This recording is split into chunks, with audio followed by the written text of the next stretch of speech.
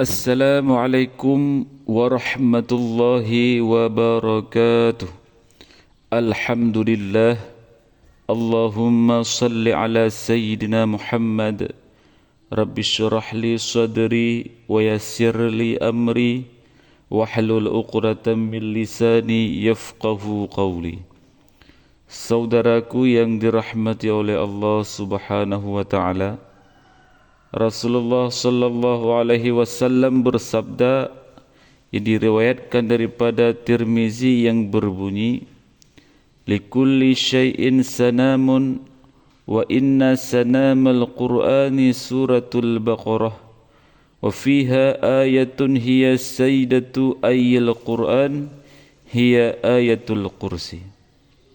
Artinya adalah segala sesuatu itu mempunyai puncaknya, dan puncak Al-Quran ialah surah Al-Baqarah yang di dalamnya terdapat sebuah ayat pemimpin semua ayat, yaitu ayat Al-Quran, yaitu ayatul kursi.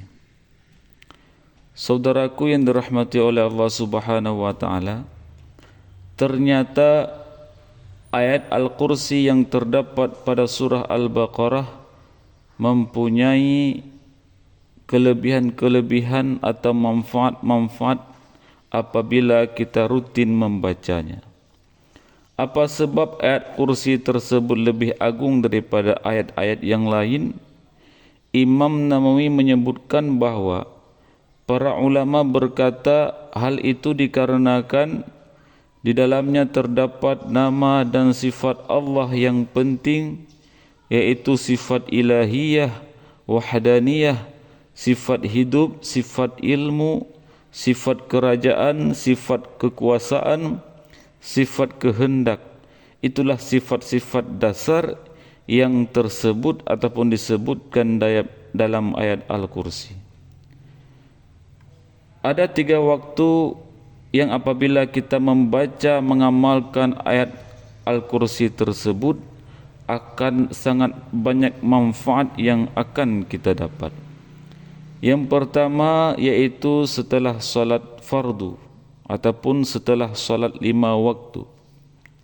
Dari Abu Humamah radhiyallahu anhu, ia berkata bahawa Rasulullah sallallahu alaihi wasallam bersabda, man qara'a ayatal kursi fi duburi kulli salatin maktubah lam yamna'hu min dukhulil jannati illa ayyamut.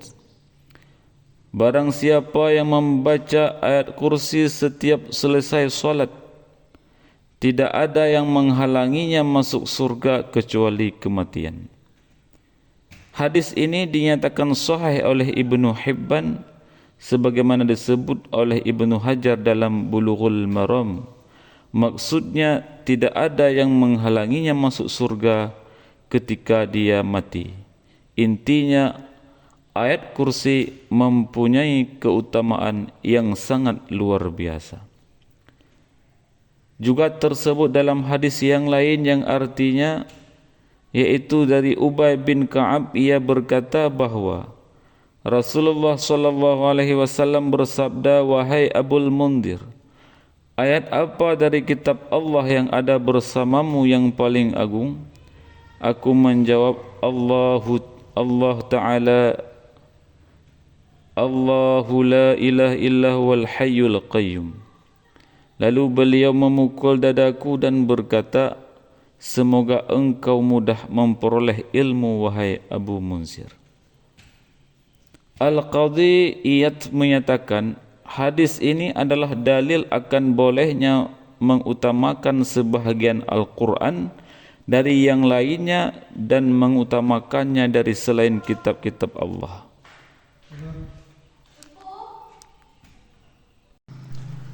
Al-Qadhi Iyad menyatakan hadis ini adalah dalil akan bolehnya mengutamakan sebahagian Al-Quran dari yang lainnya dan mengutamakannya dari selain kitab-kitab Allah. Maknanya adalah pahala membacanya begitu besar. Itulah makna daripada hadis tersebut. Kemudian yang kedua yaitu dibaca ketika pagi dan petang. mengenai orang yang membaca ayat kursi di pagi dan petang hari, dari Ubay bin Ka'ab, Nabi SAW bersabda, "Idza qara'atha ghudwatan ujrat minna hatta tumsiya, wa idza qara'atha hina tumsi ujrat minna hatta tusbiha." Siapa yang membaca Al-Kursi ketika pagi, maka ia akan dilindungi oleh Allah dari berbagai gangguan hingga petang hari. Siapa yang membacanya ketika petang, maka ia akan dilindungi hingga pagi. Kemudian yang ketiga adalah ketika kita membaca ayat Al-Kursi tersebut, yaitu sebelum tidur. Hal ini dapat dilihat dari pengaduan Abu Hurairah pada Rasulullah SAW tentang seseorang yang mengajarkan padanya ayat Kursi. Yaitu Abu Hurairah menjawab, "Wahai Rasulullah, ia mengaku bahawa ia mengajarkan suatu kalimat yang Allah beri manfaat padaku jika membacanya, sehingga aku pun melepaskan dirinya. Nabi SAW bertanya, "Apa kalimat tersebut?"